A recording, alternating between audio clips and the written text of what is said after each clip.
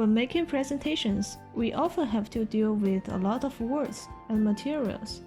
If you want a simple and beautiful picture, remember the rule of PowerPoint layout. Less is more. There are 2 ways to optimize large chunks of text. First, we can define the keywords and find the focus of the content.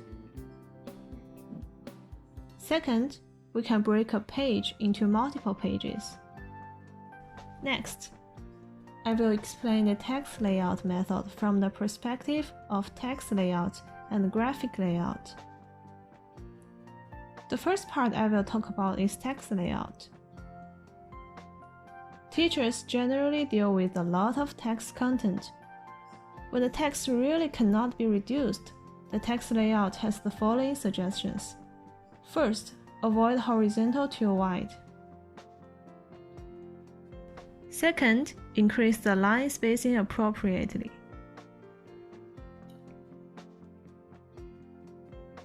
Third, we can also align text.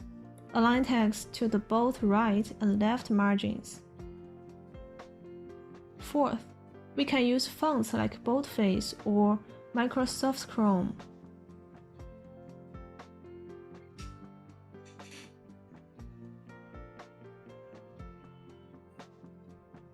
In addition to the basic principles, we can use all 2 methods, list by section and keywords, and phrases.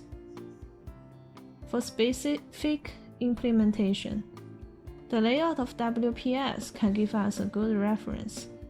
Click Design, Layout. We can see that there are many different types of layout, which can also be applied to different pages, such as cover page, catalog page, and body page.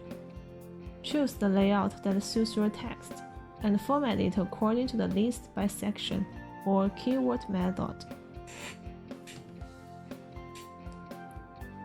First of all, point out the keywords in passage. Then we can sort them out in 3 sections. It looks a lot cleaner.